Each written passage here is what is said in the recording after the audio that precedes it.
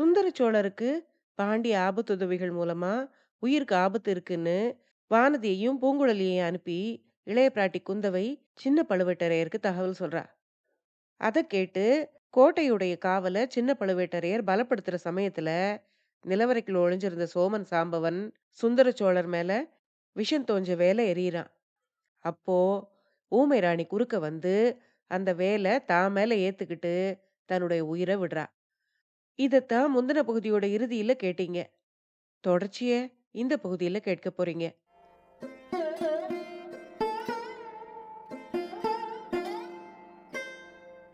அனைவருக்கும் வணக்கம். நீங்கள் கேட்டுக்கொண்டிருப்பது கதை ரேடியோ தமிழ்.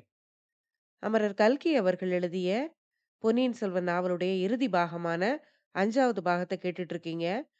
இதுவரைக்கும் 30 அத்தியாயங்களை கேட்டிருக்கீங்க. 31வது அத்தியாயத்துல இருந்து இந்த பகுதியில கேட்க போறீங்க. கதையை ஆரம்பிக்கிறதுக்கு முன்னால சேனலுக்கு வந்திருக்கிற எல்லாருக்கும் என்னுடைய அன்பான வரவேற்புகள். இப்ப வாங்க கதைக்குள்ள போகலாம். அத்தியாயம் 31 வேளை வந்துவிட்டது.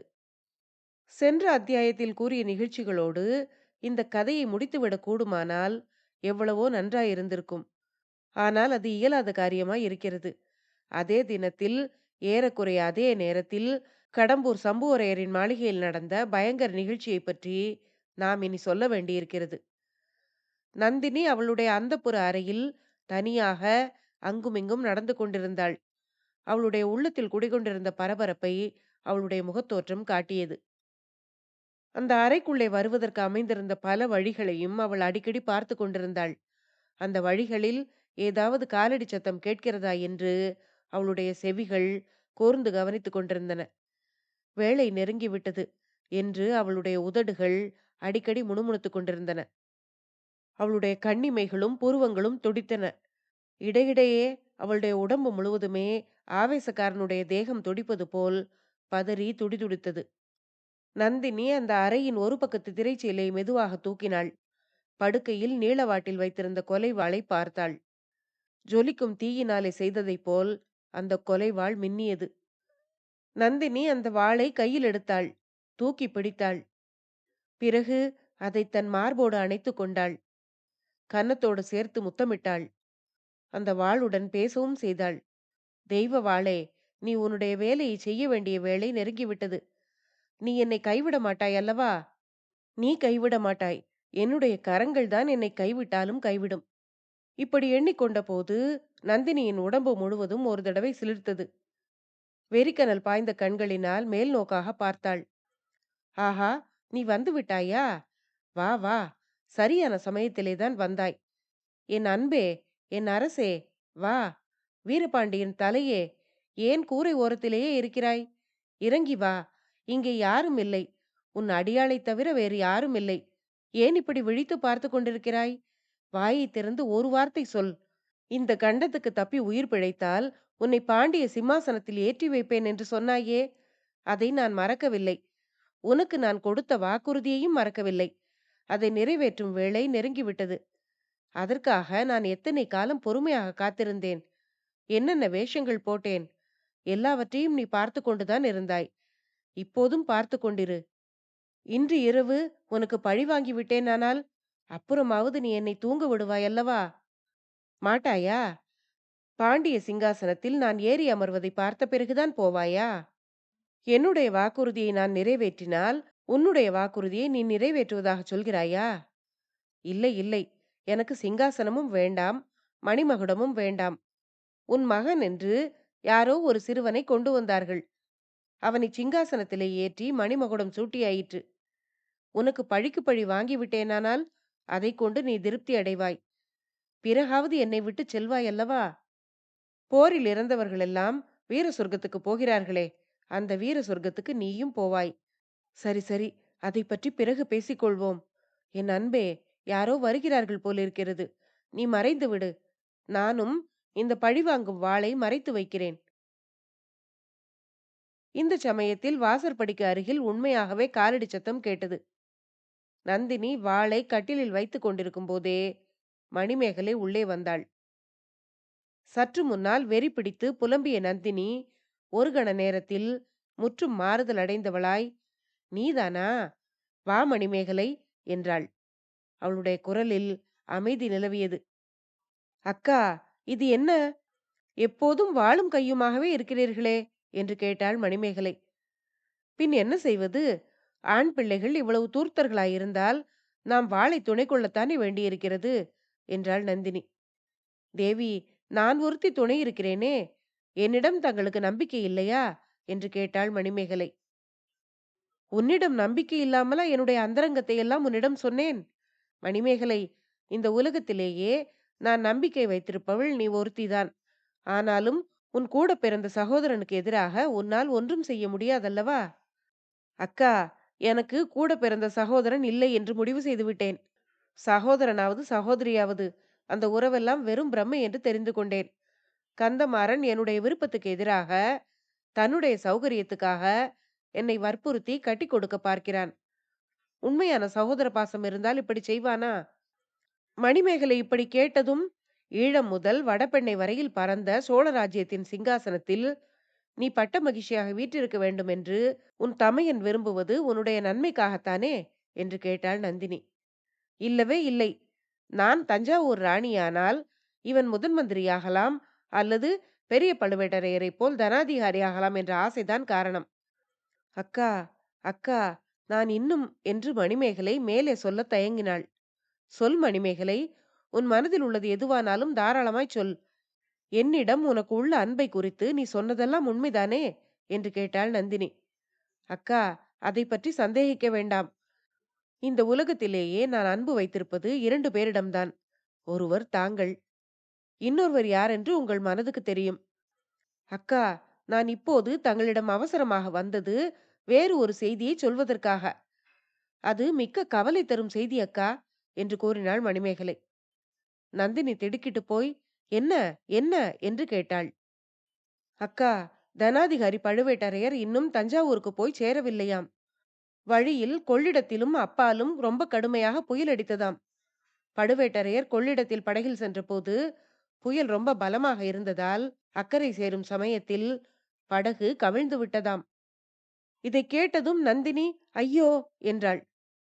தப்பி கரையேறியவர்கள் கொள்ளிடக்கரையில் எங்கும் தேடி பார்த்தார்களாம். தங்கள் கணவரை மட்டும் காணவில்லையாம் என்றாள் மணிமேகலை. இந்த செய்தியை கேட்டதும் நந்தினி விம்மி அழுவாள் என்று மணிமேகலை எதிர்பார்த்தாள். ஆனால் நந்தினியோ அப்படி ஒன்றும் செய்யவில்லை. சிறிதும் படபடப்பு காட்டாமல் அவநம்பிக்கை தொனித்த குரலில், இந்த செய்தி உனக்கு எப்படி தெரிந்தது என்று கேட்டாள். பழுவேட்டரையரோடு போன ஆட்களில் ஒருவன் திரும்பி வந்திருக்கிறான். அவன் என் தமையனிடம் சொல்லிக் கொண்டிருந்தான். அதை நானே என் காதினால் கேட்டேனக்கா. தங்களிடம் இந்த செய்தியை எப்படி தெரிவிப்பது என்று என் தமையன் தயங்கி இளவரசரிடம் யோசனை கேட்டுக்கொண்டிருந்தான். நான் எப்படியாவது தங்களிடம் சொல்லிவிடுவது என்று ஓடி வந்தேன். இவ்விதம் கூறிய மணிமேகலை துயரம் தாங்காமல் விம்மத் தொடங்கினாள். நந்தினி அவளை கட்டி அணைத்துக் கொண்டு, தங்காய், துக்க செய்தியை கூறி எனக்கு ஆறுதல் சொல்லுவதற்காக நீ ஓடி வந்தாய். ஆனால் உனக்கு நான் ஆறுதல் கூற வேண்டியிருக்கிறது. நீ வருத்தப்பட வேண்டாம். என்னுடைய கணவருடைய உயிருக்கு ஆபத்து ஒன்றும் வரவில்லை என்பது நிச்சயம். அப்படி ஏதாவது நேர்ந்திருந்தால் என்னுடைய நெஞ்சே எனக்கு உணர்த்தியிருக்கும். அதனாலேதான் நான் கவலைப்படவில்லை. ஆனால் நீ கேள்விப்பட்டதை இன்னும் விவரமாக சொல். என்னுடைய மனதில் வேறொரு சந்தேகம் உதித்திருக்கிறது. உன் தமையனும் அந்த பல்லவ பார்த்திபேந்திரனும் சேர்ந்து என்னுடைய கணவருக்கு ஏதேனும் கெடுதல் செய்ய திட்டமிட்டிருக்கிறார்களோ என்று நான் எண்ணுகிறேன். அதற்கு முன்ஜாக்கிரதையாக இந்த மாதிரி ஒரு செய்தியை அவர்களே தயாரித்திருக்கலாம் அல்லவா என்று கேட்டாள் நந்தினி. அக்கா, எனக்கு விளங்கவில்லை அக்கா. அவர்கள் ஏன் பழுவேட்டரையருக்கு தீங்கு செய்ய வேண்டும் என்று கேட்டாள் மணிமேகலை. நீ இன்னும் பச்சை குழந்தையாகவே இருக்கிறாய் மணிமேகலை. உன் தமையனும் பார்த்திபேந்திரனும் என் மீது கெட்ட எண்ணம் கொண்டிருக்கிறார்கள் என்று நான் சொல்லவில்லையா? அதற்காகத்தான் இந்த வாளை எப்போதும் அருகிலேயே வைத்துக் கொண்டிருக்கிறேன் என்றும் சொல்லவில்லையா? சொன்னீர்களக்கா. அதனால் கந்தமாறனை இனிமேல் என் தமையன் என்று சொல்ல வேண்டாம் என்றும் கேட்டுக்கொண்டேன் நான். அந்த பாதகனை என் உடன் பிறந்தவனாக நான் இனி கருத மாட்டேன். இருந்தாலும் பழுவேட்டரையருக்கு அவன் ஏன் தீங்கு செய்ய வேண்டும் என்று மணிமேகலை கேட்டதும், தங்காய், இதை கூடவா நீ தெரிந்து கொள்ள முடியவில்லை? கிழவரை கல்யாணம் செய்து கொண்டு தவிக்கும் நான் அவர் போய்விட்டால் மனதிற்குள் சந்தோஷப்படுவேன். பிறகு அவர்களுடைய துர்நோக்கத்துக்கும் இணங்குவேன் என்றுதான் உன் தமையனும் பார்த்திபேந்திரனும் நினைக்கிறார்கள். உன் தமையன் இப்படிப்பட்டவன் என்று தெரிந்திருந்தால் நான் இங்கே வந்திருக்கவே மாட்டேன். அவனை என் வீட்டில் வைத்திருந்து சகோதரனைப் போல் கருதி பணிவிடை செய்திருக்கவும் மாட்டேன். யமலோகத்தின் வாசல் வரை சென்றவனை காப்பாற்றியிருக்கவும் மாட்டேன். நந்தினி இப்படி கூறியதை கேட்டதும், அக்கா, இனிமேல் தங்களை விட்டு ஒரு கணமும் நான் பிரிய மாட்டேன். அந்த இருவரில் ஒருவர் இங்கு வந்தாலும் என்னுடைய கையாலேயே அவர்களை கொன்று விடுவேன். மணிமேகலை, அந்த கவலை உனக்கு வேண்டாம். என்னை நானே காப்பாற்றிக் கொள்வேன். கந்தமாறனும் பார்த்திபேந்திரனும் என் பக்கத்தில் வந்தால் கூட என்றும் மறக்காதபடி அவர்களுக்கு புத்தி கற்பித்து அனுப்புவேன். அவர்களிடம் எனக்கு சிறிதும் பயமில்லை. முரட்டு இளவரசரை பற்றி மட்டும்தான் கொஞ்சம் பயம் இருந்தது. நல்ல வேளையாக அந்த அபாயத்திலிருந்து நீ என்னை காப்பாற்றி விட்டாய். இளவரசரின் உள்ளத்தை நீ கவர்ந்து விட்டாய். வானர் குலத்து வீரரை கையை பிடித்து எடுத்து அப்பால் தள்ளிவிட்டு உன்னை ஏரி தண்ணீரிலிருந்து இளவரசர் எடுத்து காப்பாற்றியதன் காரணம் என்ன? அதற்கு பிறகும் அவரை நான் கவனித்துக் கொண்டுதான் வருகிறேன். உன் மனதிற்கு அது தெரியவில்லையா மணிமேகலை? என்று கேட்டாள் நந்தினி. தெரியாமல் என்ன? தெரிந்துதான் இருக்கிறது. இளவரசரை நினைத்தாலே எனக்கு பயமாயிருக்கிறது. அவர் அருகில் வந்தால் என் உடம்பு நடுங்குகிறது. அவரை நான் மணக்க வேண்டுமென்று என் தமையன் என்னும் கிராதகன் உயிரை வாங்கிக் கொண்டிருக்கிறான். மணிமேகலை, இளவரசரை நீ மணந்து கொள்ள வேண்டும் என்றுதானே உன் சகோதரன் சொல்கிறான். அவனுடைய தொந்தரவுக்காகவே இளவரசரை மணந்து கொண்டு விடலாம் என்று நீ முடிவு செய்து விட்டாயா? என்று கேட்டாள் நந்தினி. அக்கா, தாங்கள் கூட இவ்விதம் சொல்லுகிறீர்களே என்று கூறிவிட்டு மணிமேகலை விம்மி விம்மி அழத் தொடங்கினாள். மணிமேகலை, உன்னுடைய மனதை நன்றாக சோதித்து பார்த்து பதில் சொல். உண்மையாகவே நீ இளவரசர் கரிகாலரை விரும்பவில்லையா? அவரை மணந்து கொண்டு சோழ சாம்ராஜ்யத்தின் பட்ட மகிழ்ச்சியாக இருக்க ஆசைப்படவில்லையா? என்று கேட்டாள் நந்தினி. ஒரு தடவை அல்ல அக்கா, 100 தடவை கேட்டாலும் என் பதில் ஒன்றுதான். அக்கா, அந்த ஆசை எனக்கு கிடையவே கிடையாது. அப்படியானால் வானர் குலத்து வந்தியத்தேவரிடம் நீ உன் மனதை பறிகொடுத்திருக்கிறாய், உண்மைதானே? என்று கேட்டாள் நந்தினி. ஆமக்கா, ஆனால் அவருடைய மனது எப்படி இருக்கிறதோ தெரியவில்லையே என்றாள் மணிமேகலை. அவருடைய மனது எப்படி இருந்தால் என்ன? அவர் உயிரோடு இருந்தால் அல்லவா அவருடைய மனதை பற்றி கேட்க வேண்டும் என்றாள் நந்தினி. அதை கேட்டு திடுக்கிட்டு போன மணிமேகலை, அக்கா, என்ன சொல்கிறீர்கள் என்று திகைப்புடன் கேட்டாள். மணிமேகலை, நீ இன்னும் உண்மையை தெரிந்து கொள்ளவில்லை. உன்னுடைய நிலைமையையும் உன் அன்புக்குரியவனுடைய நிலைமையையும் உணரவில்லை. நீ யாரிடம் உன் மனதை பறிகொடுத்திருக்கிறாயோ அவருடைய உயிருக்கு அபாயம் நெருங்கி இருக்கிறது. உன் தமையன் ஏற்கனவே அவருடைய பழைய சிநேகிதன் மீது துவேஷம் கொண்டிருக்கிறான். இந்த அரண்மனையில் சில மாதங்களுக்கு முன்னால் சிற்றரசர்கள் கூடி செய்த சதி ஆலோசனையை பற்றி இளவரசரிடம் அவன் சொல்லிக் கொடுத்து விட்டான் என்று உன் அண்ணனுக்கு கோபம். தன் முதுகிலே குத்திக் கொள்ள முயற்சித்ததாக குற்றம் வேறு சாட்டிக் கொண்டிருக்கிறான். இன்னொரு காரணத்தினால் பார்த்திபேந்திரனுக்கும் உன் காதலன் பேரில் அளவில்லாத கோபம். அக்கா, இவர்களுடைய கோபம் அவரை என்ன செய்துவிடும்? அவர் சுத்த வீரர் அல்லவா? என்று கேட்டாள் மணிமேகலை. சுத்த வீரராயிருந்தால் என்ன?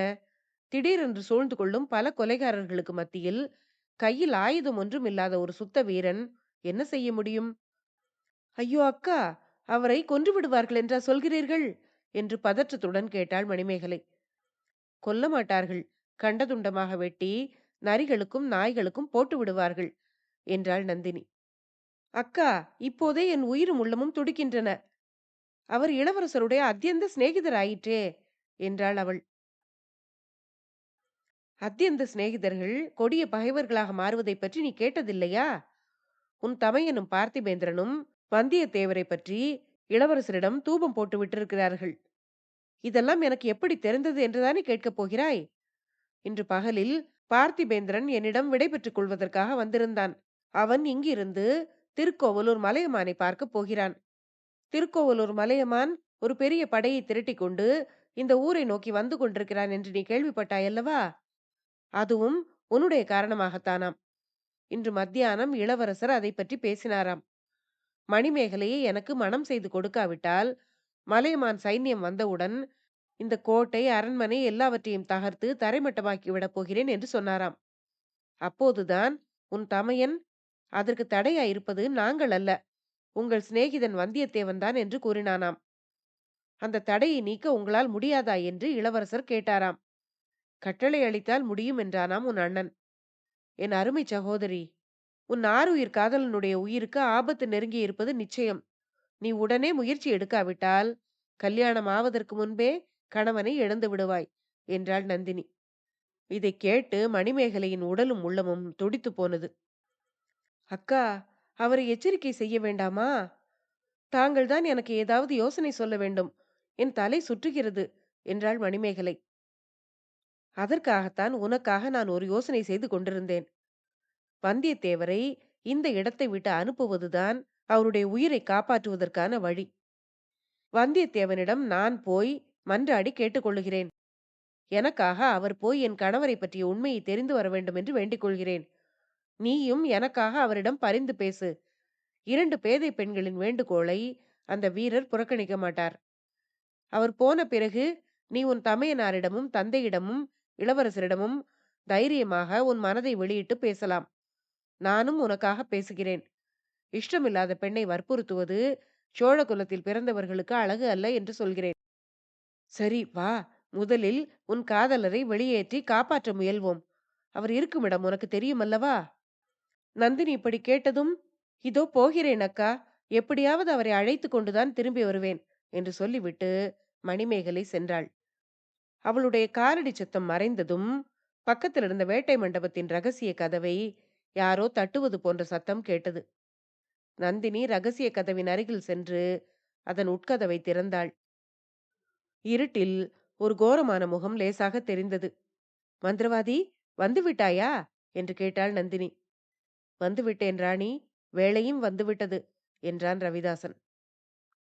அத்தியாயம் 32 இறுதி கட்டம். நந்தினி திரும்பிச் சென்று தனது அறைக்குள் வருவதற்காக ஏற்பட்ட பிரதான வாசலின் கதவை சாத்தி தாளிட்டு விட்டு வந்தாள். பிறகு கையில் தீபத்துடன் வேட்டை மண்டபத்தின் ரகசிய கதவை திறந்து கொண்டு உள்ளே நுழைந்தாள். மந்திரவாதி ரவிதாசன் முன்னமே கோரமான முகமுடையவன். அவனுடைய முகத்திலும் தலையிலும் புதிதாக ஏற்பட்டிருந்த காயங்களினால் அவனுடைய தோற்றம் மிகவும் கோரமாக தெரிந்தது.